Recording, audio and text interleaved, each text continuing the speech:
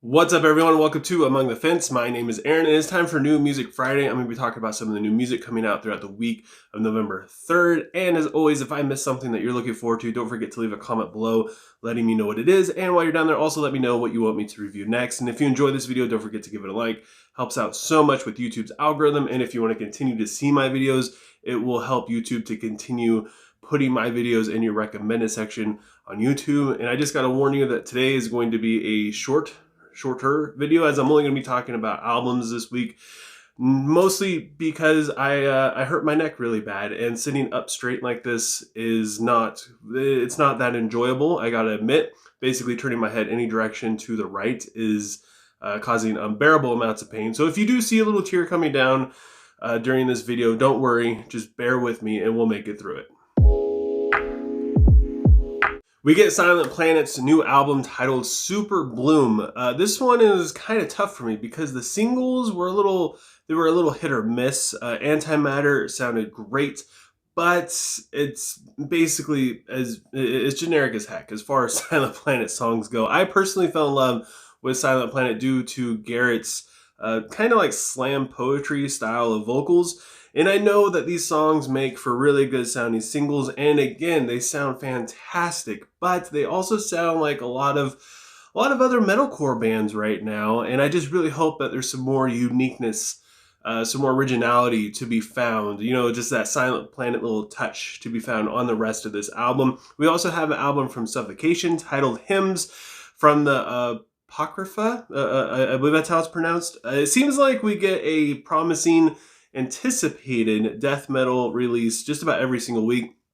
However, it's been a minute since I listened to Suffocation. I think Pinnacle of Bedlam was the last album I was really into, and that came out in 2013. That was like the last album of theirs that really, that really caught my interest. I listened to the album that came out in between. I don't even remember the name of it. It came out in 2017. And it sounded good, but I think I just kind of moved on from the band at that point.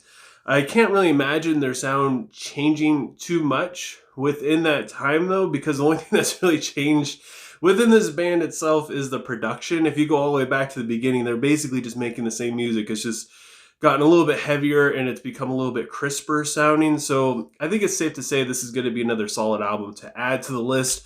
We also have a new album from Bad Wolves titled Die About It. This band is kind of funny.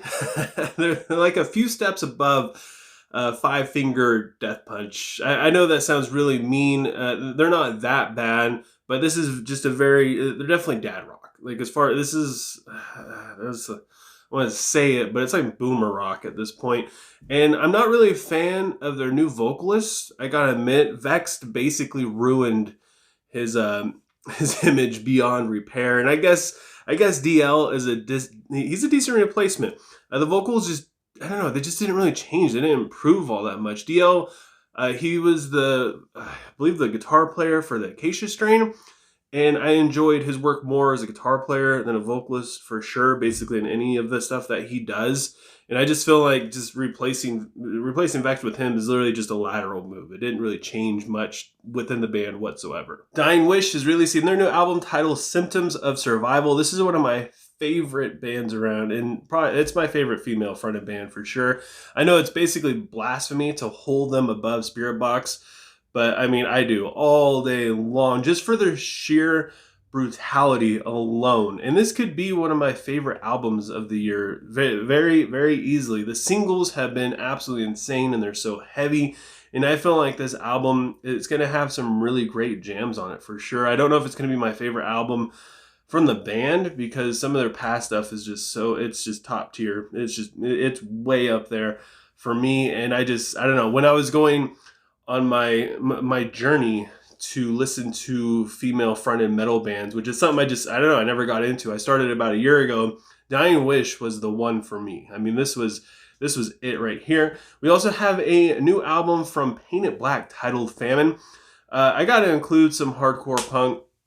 However, it's been like 15 years since this band has released a full album. I think they released the EP in like 2013, so it's been about 10 years since they released any music whatsoever. So this is it's a pretty big return for this band. I gotta admit, they're not really like huge, and they're not really my go-to for this genre, but I'm just so glad that these guys are still around, because they're like modern melodic hardcore punk, I guess you could say. And I feel like they bring something different to the genre, just in terms of the mixing with their vocals just being a little bit quieter, but still really intense. And I don't know, even though they're not like my favorite, I still love them.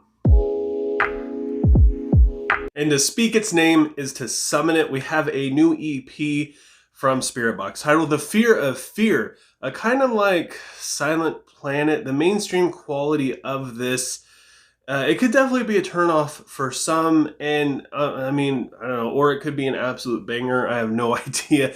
The singles in this make it seem like it's going to be a little bit more atmospheric, almost in like a retro kind of vibe. And in all honesty, the first time I listened to it, I wasn't really feeling any of the singles whatsoever. But the more I listened to it, the more I started to get it. And I'm really glad that this is an EP, because it definitely feels more of like a side piece kind of thing than, you know, a follow-up to basically any of the other stuff that they've ever released. It's just, so far, it doesn't seem like it's going to be that heavy, that aggressive. It feels like a lot more concise than anything they've done in the past. And I don't know. I know I'm talking it up, but I don't know. It feels chill. I really enjoy just sitting there throwing this on and listening to Courtney just sing her little heart out. We also have a new EP from Atreyu titled A Torch in the Dark, which just might possibly be one of the worst things we get this year. And that is it for New Music Friday. If I missed anything, again, that you guys are looking forward to, leave a comment below. Also, let me know what you want me to review next. And if you enjoyed this video, please feel free to give it a like. If you want to help support me and my channel, consider subscribing and ringing the bell icon. Doing any of that stuff helps me out tremendously, more than you could ever imagine.